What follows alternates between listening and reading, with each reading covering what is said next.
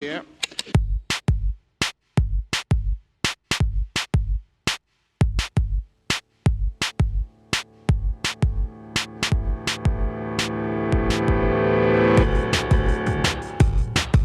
All right, so we are live on location right by the Oklahoma State Capitol and the Oklahoma History Museum, and I have just met Robert from Reading Through History, and he's a real person. As it turns out, he's a real person. This is the first time we met in person. Like the last year and a half, we've done the podcast completely through Skype or I guess it was through Google Hangouts. But yeah, never met in person until now. So did you not think I was a real person? I had my doubts the whole time. I was like, no, this guy definitely. That it was just a hologram, right? Yeah. I want to interview Robert here about the election. I've been getting a lot of questions on my YouTube channel about what I think about this election, and I'm sure you've gotten a few too. Like, no, none at all. Okay. I don't have viewers, Matt. Well, now you will after this. So, were you surprised that Donald Trump pulled it off?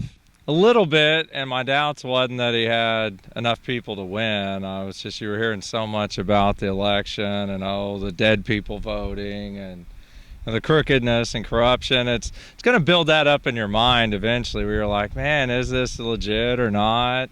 But you just look at the number of people he had at his rallies. I mean, he would show up somewhere and 30,000 people would show up. More people would be turned away from one of his rallies than would show up to hear Hillary. He did win, in my opinion, this election.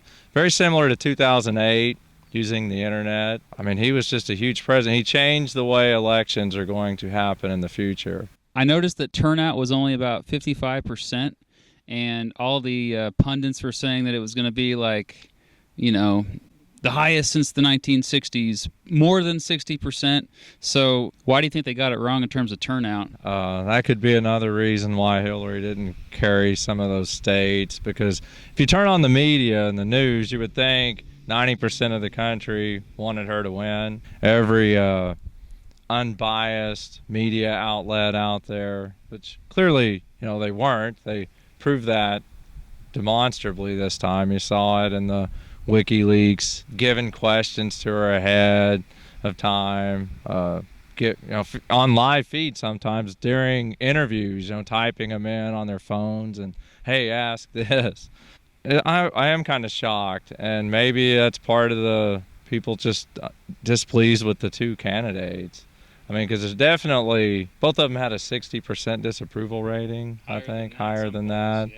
So, yeah, people definitely, if this doesn't get you excited to go vote, though, even for a third-party candidate, I don't know what does, whatever will. My other big question for you is, it's getting a lot of comparisons to election of 2000, and then, of course, the other two elections where the popular vote, the candidate who won the popular vote lost the election, so that was 1876 and then 1888. I mean, Hillary got over 400,000 more votes than Trump.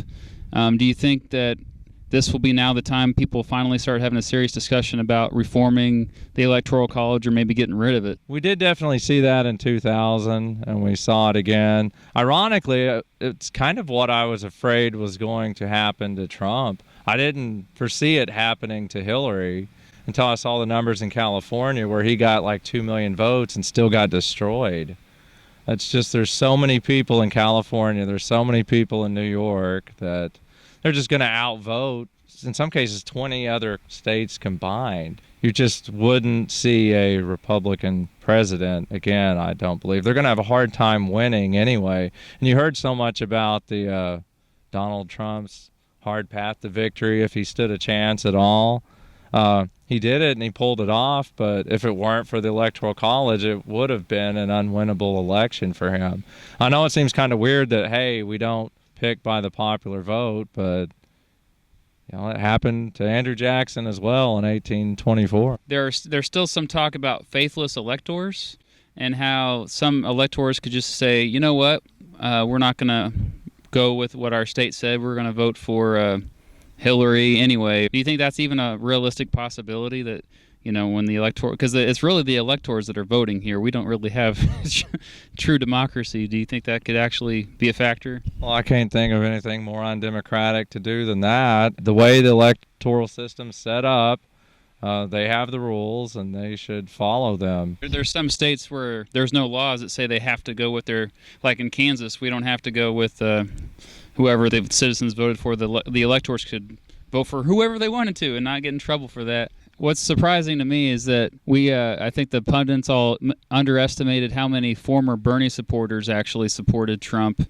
And like I actually knew a lot of people that had formerly supported Bernie and then they ended up voting for Trump. A lot of people voted for Trump who hated Trump as a person, but they liked the idea of change and like bringing the system down. The whole drain the swamp thing was very appealing. And so that was an interesting thing.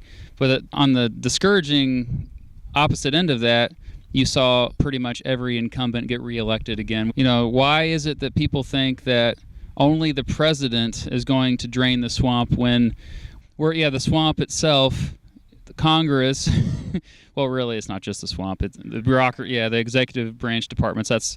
But I mean, the fact that we keep reelecting our representatives and our senators, why don't people, drain the swamp there as well, I guess is my question. Well, because they always say the problem's Congress, but it's not my congressperson. They recognize the name. I mean, I heard them on the radio run down the people in Oklahoma that got reelected. No one's going to defeat Lucas. Lucas will have to pass away in office or willingly let go because it's just not going to happen. But yeah, people are just always discontented. But even, like I said, the bureaucracy, just the government workers who we don't know their names, the people that work at the EPA.